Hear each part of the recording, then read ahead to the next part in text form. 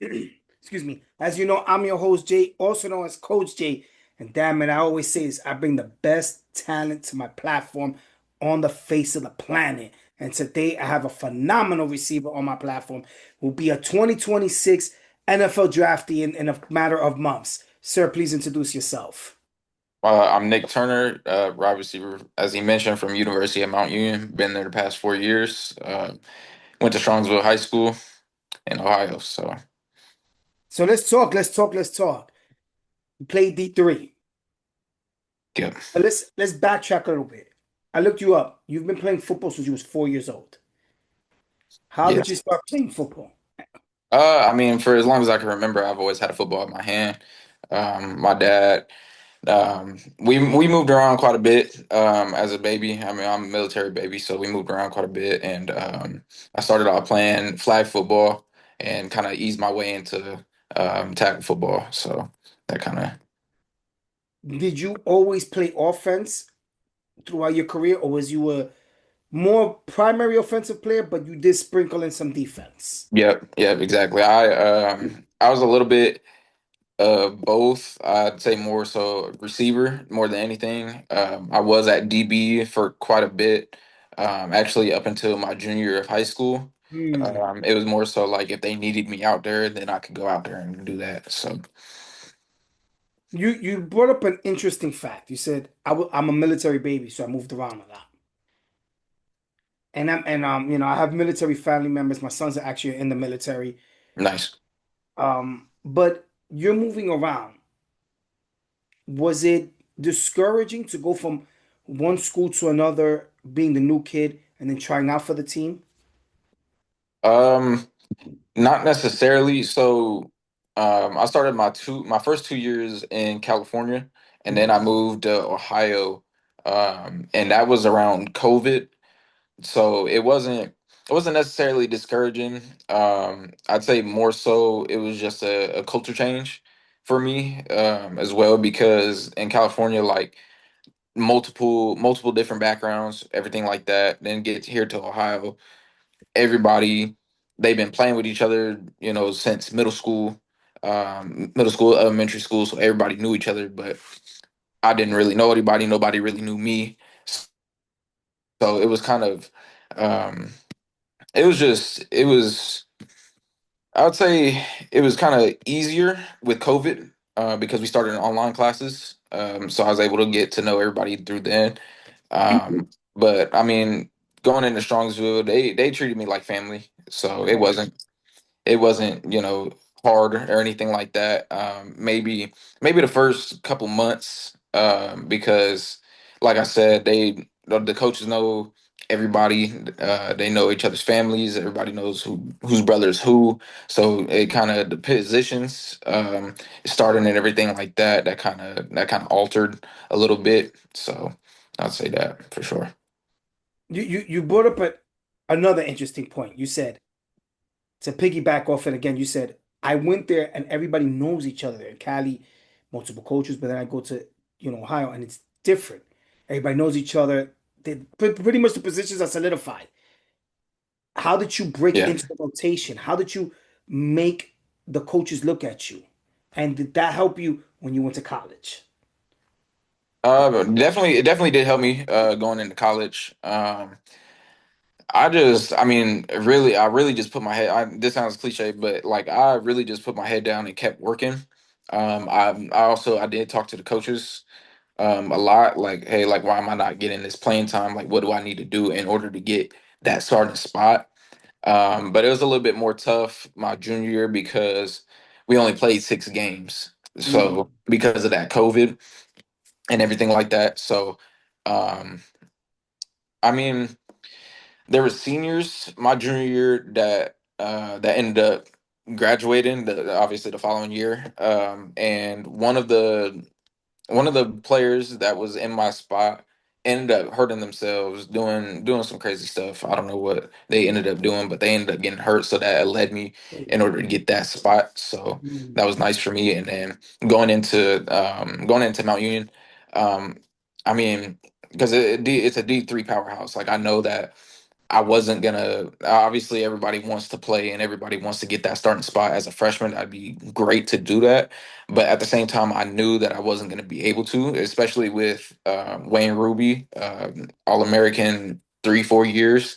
So I had him in front of me. I had a few more players in front of me that were fifth and sixth years because of that COVID. They had a COVID year, injury year, and then that summer, I just put my head down, worked. That spring worked, and I ended up having a little breakthrough my sophomore year, and then junior year, my following year, that's when I really broke through my shell and kind of progressed to where I'm at right now. Oh, I'm gonna talk about your numbers because I have them here. And I was gonna ask you those questions. That's coming. But I kind of want to focus a little bit on high school, Okay. if you're cool with that. Yeah, no, no, it's all good. So when you play 6 games your COVID year, I'm pretty sure you barely saw the field. Six Yeah, games, that's a small amount. That's a small sample. right, But then you put your head in the ground. Unfortunately, someone got hurt. You get your shot, and you really grind through it. During COVID, how did you stay focused on getting better every game? And but you can't train with your team. right. How Uh, did you stay focused? How did you lock in and not lose? um, You know. honestly, like I'm not the most social. I'm not the most social guy. So like, really, I mean, obviously, like I love my teammates. I love whoever is on my team. I love them to death. But at the same time, like I'm not gonna go out of my way in order to you know go train with them if that kind of makes sense. Hmm. But I mean, I had like a medium large size backyard and I wasn't really able to go anywhere, obviously because of COVID. So, I just went out back and did what I needed to do. So, Gotcha. Gotcha. Did that's awesome. But you locked in. oh yeah, for sure. Senior year comes, you get your shot, you start balling out. I told you off camera, I thought you was a D1 talent, upper level, mid to upper level D1. You admitted to me, Jay, this is what happened. I wasn't focused on my grades like I should have. And I know you had a phenomenal collegiate career, but do you feel disappointed in yourself? Because nobody did it to you but you. And you Right. owned it. You owned it. You did own it. You said, yeah, it was my fault. I messed up. I should have Right. focused more on my grades. I know you both out, but does it bother you a little bit that you could have done better? Forget about Uh, the colleges and everything. Accountability. Do you feel like you could have done better? yeah, yeah, for sure. I feel like I could have applied myself a little bit more. When I was a little bit younger, I always thought that it was just straight football. Football was going to take care of this, take care of that. And junior year, senior year, when those colleges started asking my coach, like, "Hey, what's going on with him? Oh, we really like him." Blah blah blah.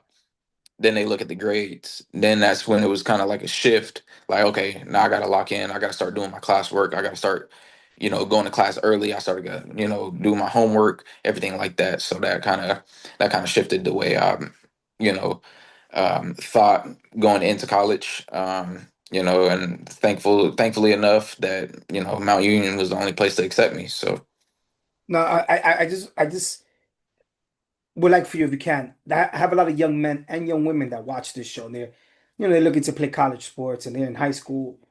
What advice would you give them? don't limit yourself to just D1. Um, that was kind of something I did as I was younger. It was, D1 or nothing. You know what I mean? Like I didn't have that knowledge that you could go D2, D3, NAIA, JUCO. Those bring great opportunities to you. Grades are really important. As I started growing up and everything like that, a little something that I kind of noticed with collegiate players is that they're really not religious, but God, God, God first for sure. Gotcha. Amen to that.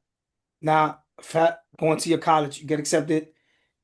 You go to a powerhouse D3, and this is not a knock on the. Again, I don't want to feel people to feel like, oh, well, he didn't go 3-3, and that's what you should say. No, no, I just felt he his talent level could have went a little higher, but you do go to a powerhouse D3. Um, you get the offer. First thing that runs to your mind. from Mount Union. Yeah. I mean, I just felt blessed, if I'm being honest. Like when I got that acceptance letter, it was kind of like a weight off my shoulders because I wasn't 100% sure that, schools were really going to accept me. That was, like I said, the only school that accepted me. I planned out to different colleges. So being them accepting me, I just felt really blessed in order to do that and be able to continue playing, because I felt like that was another big thing for me was to continue playing football. Because if I felt like if I didn't go to Mount Union, or if I had to go another route, like if I had to go to trade school or something like that, then I wasn't going to be able to do what I love. Gotcha. You go, you get into the D3 first year. You only played 3 games. You hit a triple single, triple zeros, triple zeros. You hit nothing. You get on the field 3 games, but you have no production. Yes, you are a freshman, but was it discouraging? Did it hurt your ego not getting that opportunities that you felt you should have gotten? Well, you said I played 3 games. I Yeah. didn't. I didn't play at all. Oh, you didn't? Because I it didn't said play at it all. said on the website, it says 3 games, 0 catches, 0 yards, 0 TDs. Yeah, no, I don't. I don't know what happened there. Because usually like during the game, sometimes they misread because a lot of us have the same number, so Okay. they thought I was probably somebody else. But I mean, not totally. I mean, yeah, I feel like it would have been a little bit different had I gone D1. But I definitely felt like I could have made an impact. It's at one way or another I could have made an impact, but I mean it wasn't really discouraging for me. I felt like I'm a person to put my head down and just work for my spot because I knew that it's not going to get given to me, especially that previous year before I came in, all the other players Yeah. are at spring ball doing spring training and everything like that, so they you know You come back 2023,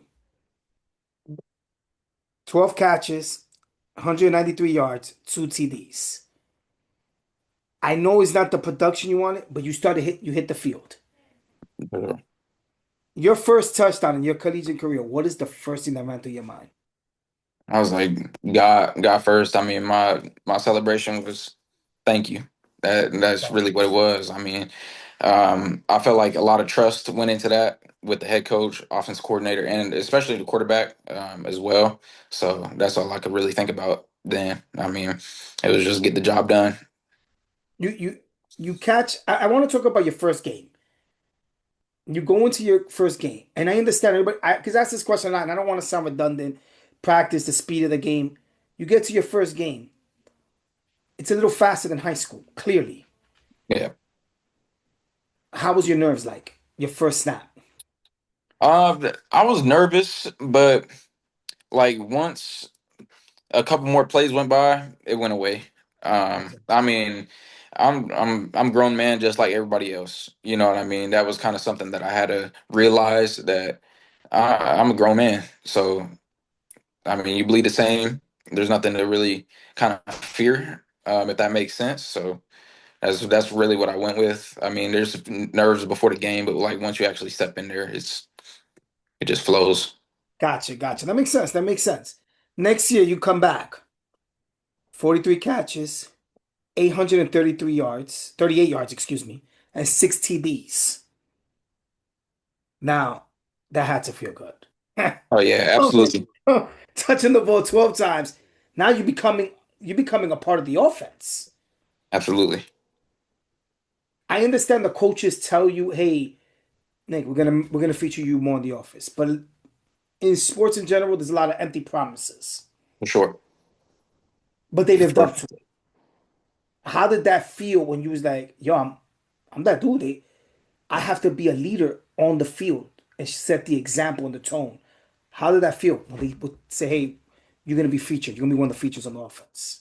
It felt great. I mean, like I said, it goes back to having that trust, with the coaches. Had a different QB that following year. But I mean, like I said, trust and a lot of work went into it. A lot of conversations. We had a new receivers coach come in. We had and we had an older head coach, Larry Karras. Great coach, great everything, great human being. I'm pretty sure that he was one of the ones that kind of talked to the coaches about me, along with another receivers coach that kind of helps a little bit, Coach Gullen. So I give my praise to them as well. So You you get a new QB. You're running a new system. But you produced. And I know you said, Jay, I'm not really that sociable. But you had to get on the same page with the quarterback. oh yeah. How did you and him get on the same page? And what did you do to get those extra reps to go in? That spring practice prior to that year, I felt like, I mean, I'll tell you, I wasn't really sociable as a kid coming in, going into senior year of high school.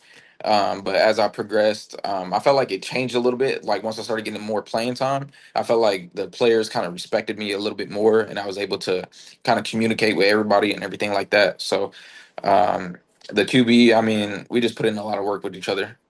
Weight room goes a long way as well. You know, we were right next to each other on the racks, everything like that. And then, yeah, I mean, a lot of trust went into that as well. You know, because I mean, he was there my freshman year in 2022, but he ended up taking a year off and then came back. So, kind of had a little bit of idea of what kind of player and QB he was, and we just went from there. So, Gotcha. Now, your senior year, you go up in catches. You actually go to 51 between over 50 catches, but your yards went down not much, only 13, 825 yards and 6 TDs. Was this the same QB that you had? Another different QB. yeah, we had a different QB, Mikey Maloney. He's a redshirt freshman. So he's sophomore, or no, I'm sorry, he freshman on the field, sophomore in the classroom. But the same thing. He was there that spring year. I got a little bit of reps with him, and the going into senior year that spring, we had a lot of days in the summer. You know what I Gotcha. mean? So that I mean he's a great QB. Like I feel like he could click with anybody on that type of level. So I think that was a little bit easy, in terms of doing that as well. It was your senior year, and sometimes there's added pressure to produce because clearly you want to get looks, you want to get invited to combines and pro days, etc., etc. You have a redshirt freshman quarterback coming in, and you said, we worked out in the summer, etc., etc. Did you take the summer and say, hey, mom, dad, I got to lock in. He needs me. Or did you go and say, hey, I'll take a few weeks and then come back? Nah, so actually I'm here in my house, that I've been living in 2023. But I mean they're about an hour 15 away, but they know what I want to do and be able to Okay. do it. So they've always helped me. They send me out to Florida to work out with Exos, so they get me right and everything like that as well. So they help me a ton. That's But I awesome. mean, with him, like, hey, you want to go out, catch, throw, do whatever we need to do. We had some days, we had Saturdays, and I want to say we had Wednesdays as well. Where we had all the other receivers, and we had DBs out there as well, linebackers, so that maybe we could get a 7-on-7 going. But yeah, so That's awesome. That's awesome. I saw a play where you did a 75-yard touchdown. And this is when I said you remind me of Terry Glenn because you went down down the stream. It was nobody was there. yeah. To be honest with you, I don't know what the hell the defense was thinking. It's like you just ran by them. I mean, part of it was your skill set and your speed. When you saw that ball in the air, if you know the play that I'm talking about, how did that feel?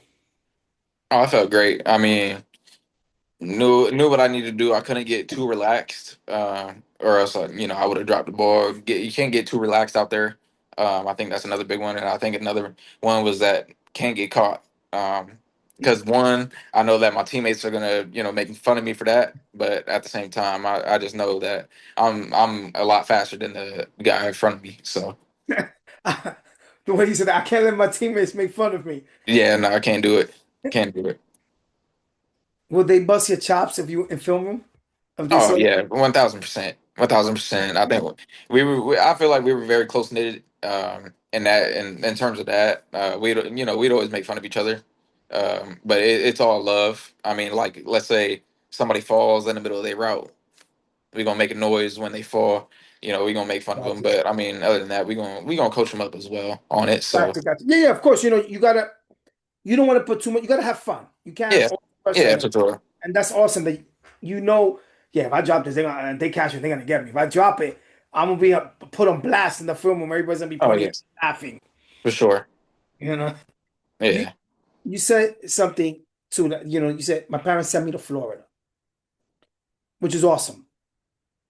How blessed do you feel knowing that your parents supported you, not just emotionally supported you, but that's a financial support right there too, Yeah. by allowing you to go in there. My apologies, something just fell. And No. then and by allowing you to, go do that extra training to get those extra reps in. Oh, I'm extremely blessed. I hope they know that. Yeah. I'm extremely grateful for that because I know a lot of people.